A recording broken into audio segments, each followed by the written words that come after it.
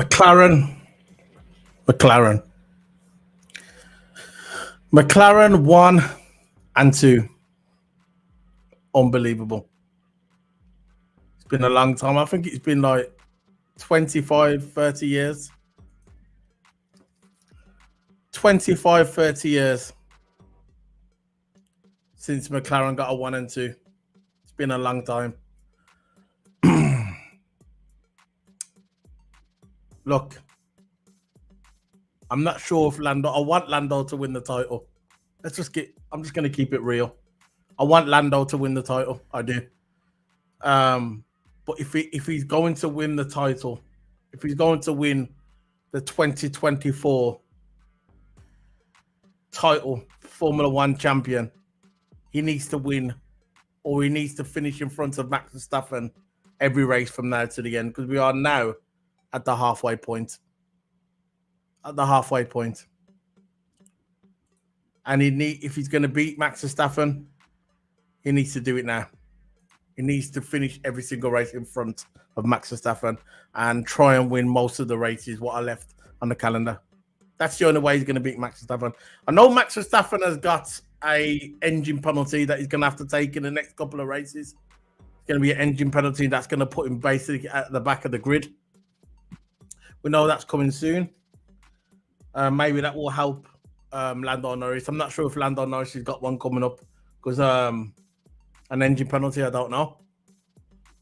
But Lando Norris 1 and Oscar Piastri 2 and Max Verstappen 3. Before this race, before this qualifying, I was thinking, look, if Lando does get pole,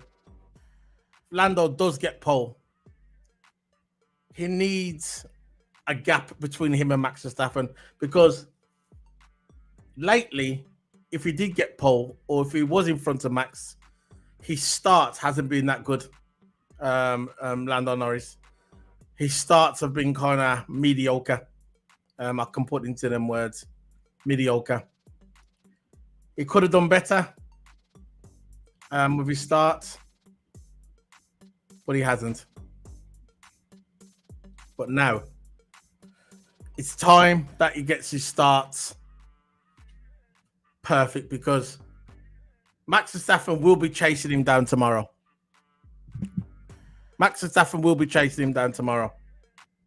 He will be. He's got the car too.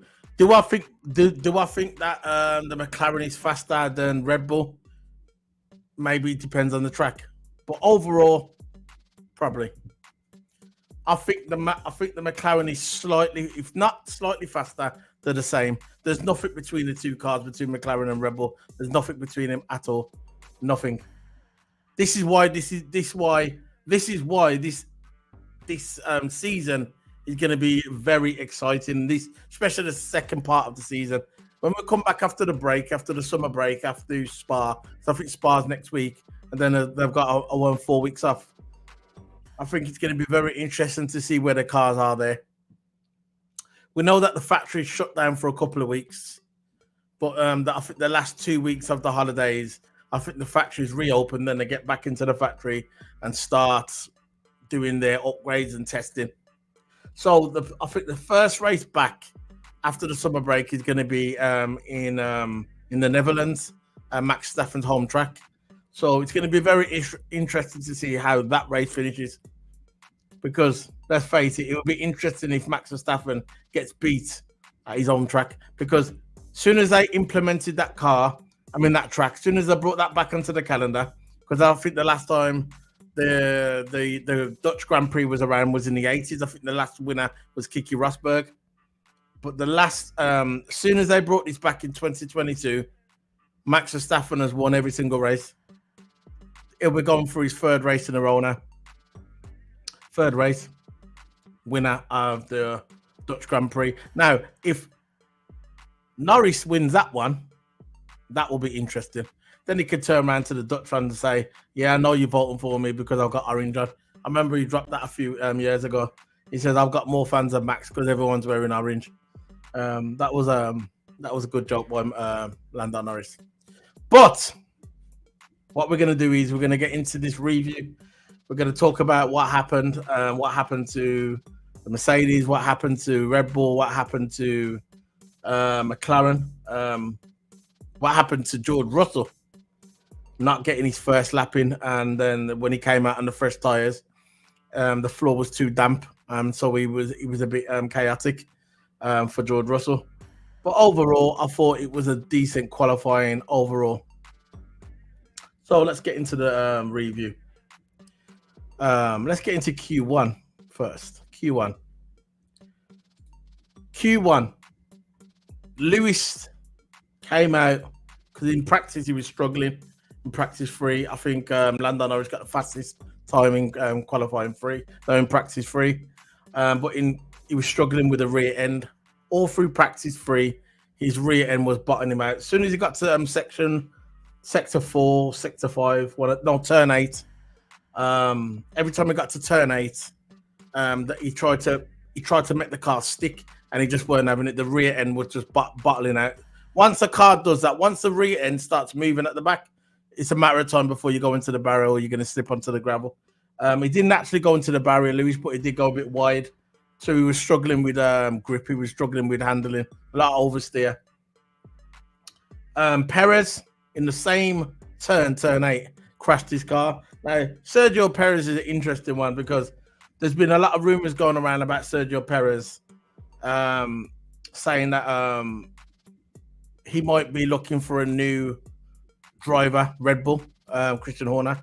If Perez don't step up, if he doesn't step up and hit that mark regarding qualifying, he will be exited from Red Bull. Now, for me, it's a matter of time before Perez. If Perez doesn't step up in this race, which it's going to be hard for him because the Hungarian Grand Prix is very hard to overtake. If Perez doesn't step up in this race, Perez will be exited from this team, and I believe it will happen during the summer break. They're not going to do it during Spa. They're going to do it during the summer break, which is in 2 weeks from now. They'll do it. You'll get an alert on your phone. Breaking news: Perez has been replaced at Red Bull. That's if he starts. That's if he doesn't do nothing in this race, and that's if he does nothing in Spa next week, because they will not keep him at Red Bull because he's hemorrhaging points for the team. They're losing constructor points. McLaren is catching up. Ferrari's catching them up. Even Mercedes is making some ground because Mercedes, the last 2 races, they've got 1 and 2. Lewis won at Silverstone, and the one before that, I think he won, Russell. So their constructor points are kind of got a boost. So Red Bull, the teams are closing in on Red Bull regarding the constructor points. So this is down to Checo Perez because Checo Perez is not getting the job done. I'm not sure if the car setup is not right. We know regarding Red Bull that we know that the team is set up for Max Verstappen. We know the car set up for Max Verstappen. We know this already. So Perez is basically, he knows this. He's coming to the team, and even if he doesn't like the setup, he has to deal with it because we all know that everything's set up for Max Verstappen. They will not change concepts. They will not change nothing for Perez. Everything is for Max Verstappen, and we know this. So Perez, he's got his handful there. He knew this going in. And I'm really surprised that they extended his contract. I'm really shocked that they extended it. I thought they was going to just let him go because I'm probably look at maybe a Daniel Ricciardo or maybe look at maybe Ocon, because we know that Ocon is on the way out of a team, of his Alpine. So maybe I was just a little bit shocked. But the thing about it, people are saying, oh, yeah, they're not going to get rid of him because they gave him extension. Of course there is, because in them contract, there's a performance clause. And if you drop performance and you're not up to par, they can get rid of you legally because that's all in the contract. So he knew that coming in. It seems like with Perez, it seems like as soon as he signed that contract, he's gone. That's it, finished. As soon as he signed that contract, his performance is dipped. And that's just the way it's going to be sometimes in Formula One. It's a very brutal business. Time don't wait for nobody. And you're only as good as your last race, and that's how it is in Formula One. So Perez out in turn 8. He hit the side of his car. I'm not sure what was the damage, but there was damage on, I think it was on the front axle of his car. So I don't know how much that's gonna take out. Maybe the engineers will probably be there all night trying to fix it. I don't know, the smart people at Red Bull, but it is what it is. Perez is out in turn 8. Russell was out also in because basically he came out, Russell. Um, he came out and when he went for his first lap, his flying lap to try and get a good qualifying, he didn't really work out. I'm not sure if he had the used tires on, but it didn't work out for him. So what happened is you started to see a slight raindrop on the floor. I remember seeing Russell coming out of the pit and it was wet on the floor and he had brand new soft tires on. And because he had the soft tires on, and when the floor's slightly damp, there's a problem. Because I knew when he came out then, I think he was in 9th place, but there was other people still doing their laps. I remember when I saw the wet on the floor, I said he's going to have a problem there because he's got fresh soft tires on, he's gone onto a damp track, and there's a chance that he might not get his best lap in. And there's a chance that people behind him was already doing their laps, might pass him and he won't be good enough. So what happened, just as I thought, Russell started going around the track. Sector 2, Sector 3, his times dropped, weren't as fast as his previous lap. And I think he ended up being 9th. But the drivers in front of him, like Daniel Ricciardo, he got one of the fastest times, which was very shocking to everybody. And that pushed Russell a bit more down. And eventually the other cars that were behind him, they done faster times and Russell was out. And this is as quick as that Formula One. And that's what this Hungarian track is like as well. It's one of those tracks that the track can just come to you just like that. It can just come to you with the car. It's relentless. Every little corner, it just comes very fast. And if your balance of your car is not correct, especially the rear end, it's a wrap. So at the end of Q1, Russell was out, Perez out, Gasly, Ocon, Juan Yu Zhou, Ricciardo got the fastest lap at the end of Q1, like I just mentioned. So Q2, at the beginning, Max was the fastest. He had these new tires on. Piastri was second, but Piastri was on old tires, old soft. And so the time was, I think there was a half a second between the two drivers, but Piastri had old tires on. Lewis was 7th, but Lewis's laps were 11 laps old. So Piastri's laps were 2 laps old, and Lewis was 7th, and he had, all they said at the beginning that Lewis is 7th with old tires, and they said Piastri 2nd with old tires. But if you go into detail, if you look at the detail, Piastri had his tires were 2 lap old, and Hamilton's were 11. So there's a difference there. So if you put into context that way, during that lap, I thought Lewis was on the way out as well because he didn't do a good lap as well. Couldn't improve on his previous one. There were people, drivers passing him, and he was in near the danger zone. He couldn't go out and do another lap, or because he wouldn't have got there in time. But all eventually, Lewis got scraped through to Q3. Now, Q3, Lando Norris' first stint came out and done the fastest lap of the weekend. So I said, here we go. Lando Norris, we're back. He was just waiting.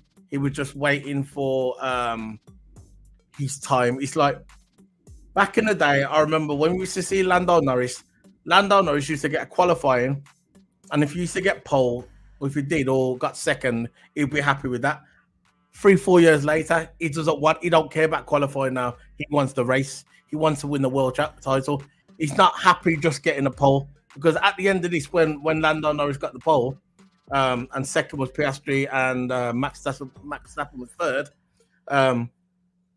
there was a chance of Max Verstappen doing another stint, but because the rain was coming down and the temperature dropped, they decided to say, you know what, Max, come out the car. I'm not going to do another lap. I'm going to, because nobody's going to improve. They did it.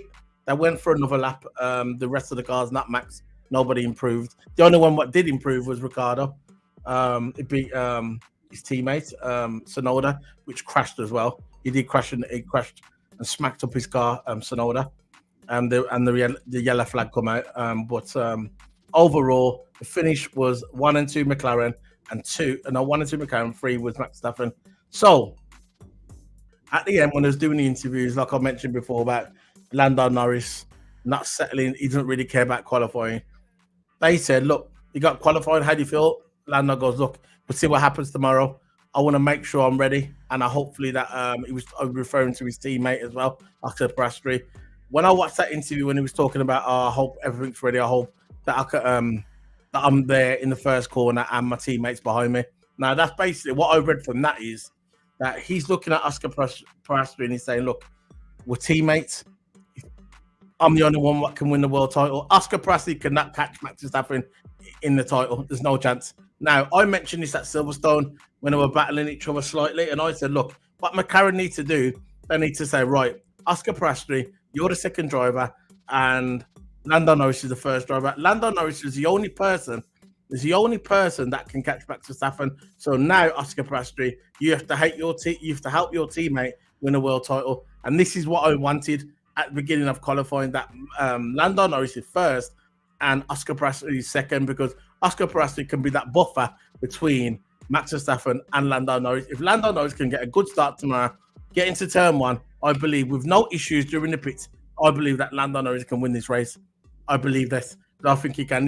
He likes his track. It's like a go-karting track. You know what it's like when it comes to sim racing. He's always on the sim. He likes these little small tracks. He loves Hungary because he mentioned that before. And I think that Lando Norris can win this. And I want him to win this. And I would like to see Oscar Piastri second, no matter, or even Lewis second. You never know. Lewis has got 9 poles here. He's got 7 race wins here. He's got the record. So all I'm saying is the only one that can beat Max Verstappen realistically now is Lando Norris. I don't think Charles can do it. I don't think he's got the car to do it. Ferrari are having problems with the floor, constantly having problems with the floor. They went back to the old concept, didn't work. At the new concept, didn't work. And they're just wasting time. Fred Brasseur said today in an interview, all we've done in the last 4 races is waste time. And it's facts. So that's the end of it. So you got Lando Norris in Q1. See if I can bring up the standings. Let's bring up the standings of how it all finished. So I can bring it on the screen, then I'm going to be off. So there you go. So let's bring that up on the screen.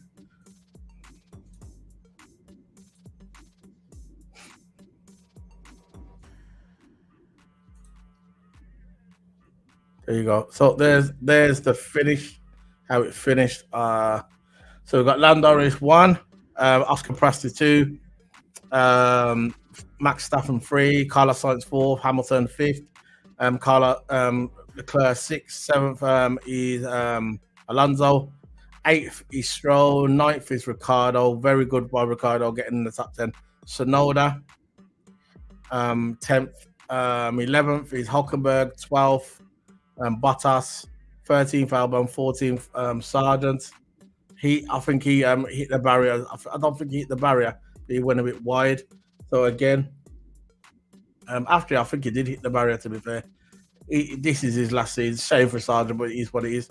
Kevin Magnussen, 15th, 16th Perez, 17th Russell, 18th Joe, 19th Ocon, and 20th place Gasly. So it's going to be an interesting race tomorrow. And that's it, man. That's the end of the review. I'm going to be heading off. Solo P1 side of that. Remember to hit that subscribe button. This is the Hungarian Grand Prix qualifying review. That's it, man. See you later, guys. Big up to everybody. Just put the banner on, and then we'll see you later. Remember, guys, smash that like button. It's free. We know how it is. It's free. See you later, guys. Bye.